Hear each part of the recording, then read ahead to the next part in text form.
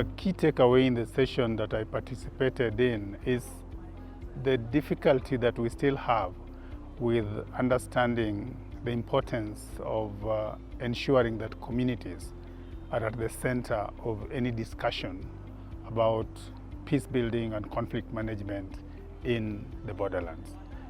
Difficulty or challenge, and that challenge is a function of, I think, a long history of the borderlands being areas in which interventions are informed by humanitarian emergency imperatives. So the people in the borderlands have always been recipients of help from outside.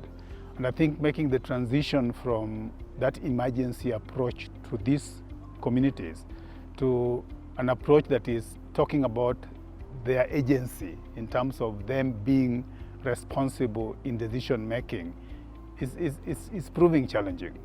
And it is also challenging, I think, because communities are not in the center of these conversations. They are represented, but the people who are talking in these kind of conversations are an elite from within the communities. So, and there's a whole history in terms of the history of research. We are socialized into a way of understanding the interactions between decision making and communities. And I think some work needs to be done there in terms of bridging that gap so that we create spaces that allow communities not to be just recipients of our ideas about what is good for them, but to be part of the conversation in terms of designing what actually works for them. So that for me is the main takeaway in my session. In terms of the whole workshop, I'm struck by the fact that we are talking about policy, but I don't see policymakers in the room. And that is interesting. I mean, it is interesting because it means that we are going to produce a product and then we are going to sell it to policymakers. And I understand the difficulty sometimes of mediating conversations which include policymakers and researchers and other actors. But I think it is very important if we seem to agree that policies are at the center of making the solutions that the innovations we are coming with from our research, that policies are central to those innovations being turned into strategic actions, programs for the benefit of communities in the borderlands, then I think it would have been nice to have at least a few of them here engaging so that we also get to understand what are the difficulties they have in translating the research findings we give into actions within government. That for me, maybe I've missed it, maybe they're there and they've just not talked, but throughout the conversations I've had during the day, I haven't heard their voices. And that I think is, for me, is an interesting, shall I say omission? Yeah.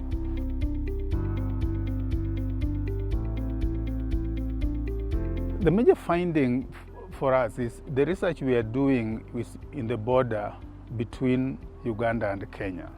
The two communities we are interacting with are the Karamojong on the Uganda side and the Turkana on the Kenya side.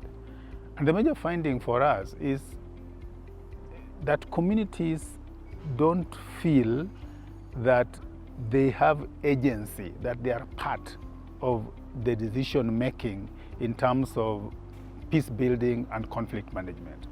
They feel that their efforts, their systems, their approaches, which work, of course they're not perfect, they have limitations, but they feel like the design of formal responses to conflict undermine the effectiveness of their own systems. And that is happening because there is not enough conversation with them to understand where they are coming from, to understand what they are doing and why they do what they do, and then to use that as the basis for asking the right questions and getting the right answers. So that was an interesting finding in our research. And also finding that communities, pastoral communities, see governments as part of the problem rather than as part of the solution when it comes to conflict. They say their conflict resolution approaches work until government comes into the room. Because when government comes into the room, government comes with its own systems, which they say are often not consistent with their own systems. And again, what that discloses is the need for more structured conversations between researchers, government people, and communities to get a better understanding of how we can bring together. There are a lot of weaknesses in the community systems, because if they were perfect, maybe conflicts wouldn't be there. So there are a lot of problems with them. But at the same time, these communities have lived and interacted for millennia, so it cannot be like this. I always say communities were interacting across these spaces before states were founded.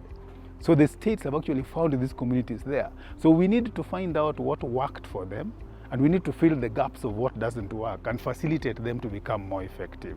And I don't think that's going to happen unless we are prepared to actually listen to them, to actually find out a little more about why what works for them works, and why what doesn't work. So that as outside interventions, as governments, as researchers, as innovators, as donors, we fill the gaps. We bring in where they think there is need for us to come. You cannot do that if you're not having a serious conversation with them. And I sense that there is this feeling that, we know what the answers are, we know what is the problem, and we have the solutions, and we know it will solve their problem. In any event, it's much faster, the transaction costs are lower if we just continue. And that, I think, is still a mistake.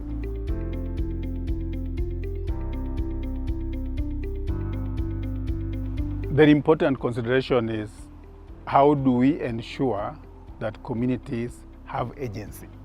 How do we, the borderlands are interesting environment. They are conflict environment, and we all grow up thinking about borderlands in terms of conflict, and that's a reality because there is conflict there. But how do we go beyond that perception to understand why the borderlands do what they do? How do we get to understand what works there? So the important consideration for donors and for international actors and even for governments is to strengthen institutions of the community, to open up communication avenues between communities and other actors, to deepen understanding of the realities on the ground, and also to pilot approaches that work and build on them, because there are approaches that work and people have done different things at different borders which have worked. But often what you find is that there's a very project approach to the work in the borderlands. So we come with a project, we do it. If we are lucky nowadays, 3 years maximum, we fold up. We hope that the lessons will be taken up by the communities, but we need another project to come in. And the reason why that is happening is because even communities see this as projects of the NGO or even of the government. They don't see it as theirs. And part of that problem has to be the absence of a conversation at the design stage that allows us to build what we are doing into systems that will stay there when the project is gone. So the main consideration is, how do we ensure that interventions that we implement in the borderlands actually build on what is there permanently, what will be there even when the resources and the personnel that we have brought on board have left.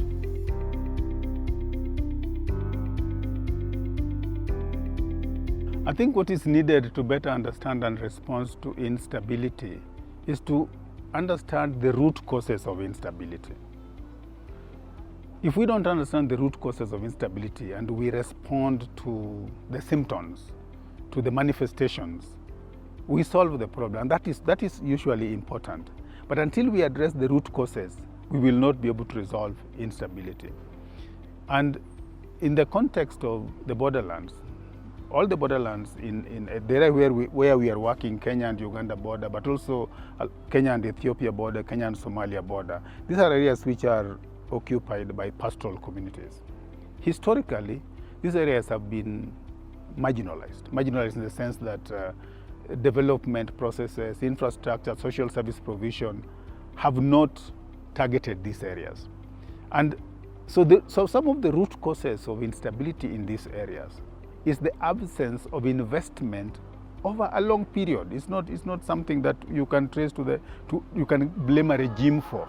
It's something that goes to the colonial days, because these were not areas where governments focused investments. If I give you the example of Kenya, the Kenyan nation was created because the British wanted a way to Uganda, to go to the Buganda Kingdom.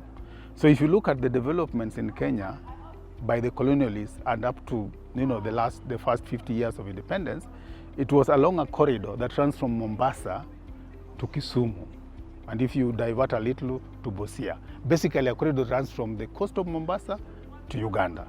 That was the corridor of development.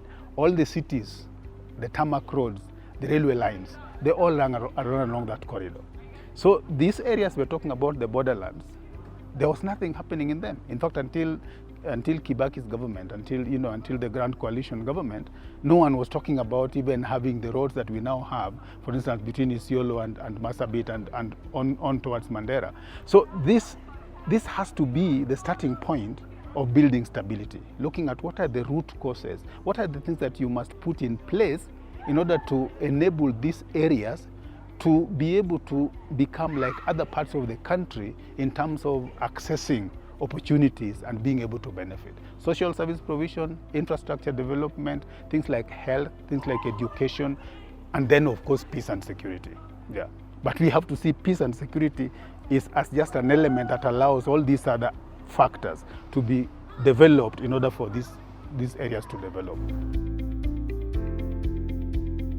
Let us take up the challenge of strengthening the citizenship of communities living in the borderlands.